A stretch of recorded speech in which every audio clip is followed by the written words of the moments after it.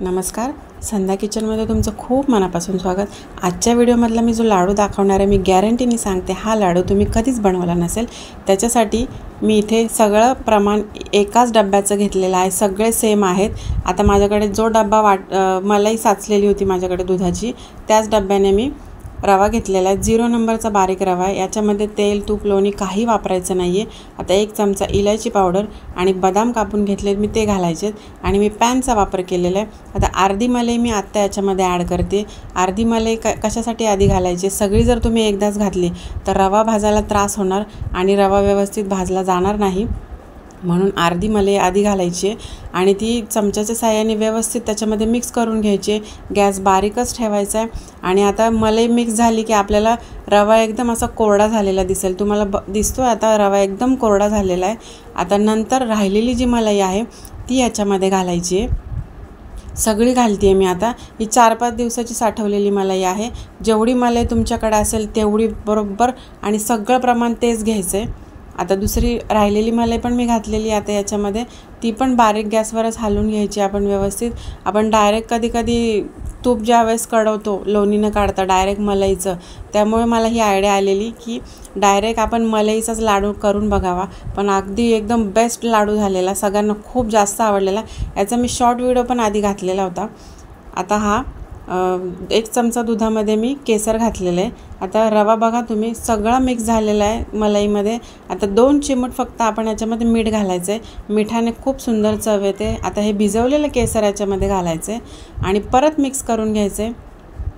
बारीक गॅसवर आपल्याला भाजताना सगळीकडे सुगंध दरवळेल रव्याचा, त्यावेळेस आपण समजून जायचं रवा खूप छान भाजलेला आहे, फक्त त्याचा कलर जास्त चेंज झाला नाही पाहिजे। आणि आता मी गॅस बंद केलेला आहे, पॅन खाली घ्यायचा आहे आणि गॅस बंद केल्यानंतरच आपण याच्यामध्ये मनुके घालायचे। तुम्हाला आवडतील ते सगळे ड्रायफ्रूट्स तुम्ही घालू शकता। आणि आता पिठी साखर घालते आहे मी। पिठी साखर घातली की आपण ती पण व्यवस्थित चमच्यानेच मिक्स करून घ्यायची, कारण रवा गरम आहे। आणि एक जरी चमच्याचं माप आपलं कमी जास्त झाला, हा लाडू बनवताना रवा जास्त झाला किंवा साखर जास्त झाली किंवा कमी झाली तर लाडू बिघडू शकतो। त्यामुळे जसंचं तसं जेवढी मलाई आहे अगदी बरोबर तेवढाच रवा आणि तेवढीच साखर घ्यायची, एकदम परफेक्ट लाडू बनतो। आता पिठी साखर एकदम मस्त मिक्स झालेली आहे। आता झाकण ठेवायचं आहे। 2 ते 3 मिनटं वाफ लागली नाहीला की एकदम छान मिक्स होते याच्यामध्ये ही साखर आणि ओलसर होतो। हा जो रवा आहे ना तो एकदम ओलसर आणि मऊसूद होतो। मग परत एकदा हाताने मिक्स करून घ्यायचं आहे। आणि जर तुमच्याकडनं चुकून खूप थंड झाला, आपल्याला वाटते लाडू वळू शकत नाही, पण असं होत नाही, पण झालंच समजा, तर 2 मिनटं परत रवा गरम करा आणि त्याच्यामध्ये अगदी 2 चमचे गरम दूध घाला। अगदी परफेक्ट लाडू बनतात आणि 10 दिवस आरामात टिकतात हे लाडू। आता मी छान वळून घेते, अगदी काही त्रास नव्हता, लाडू खूप मस्त होतात। आता एकदम गोल गोल करत मी लाडू बनवते। माझ्या हाताला तूप बघू शकता तुम्ही, काही न टाकता तूप इतकं मस्त सुटलेलं याला। लाडू छान मी सगळे आता वळून घेते आहे। 20 ते 25 मिनटामध्ये हे लाडू मस्त तयार होतात।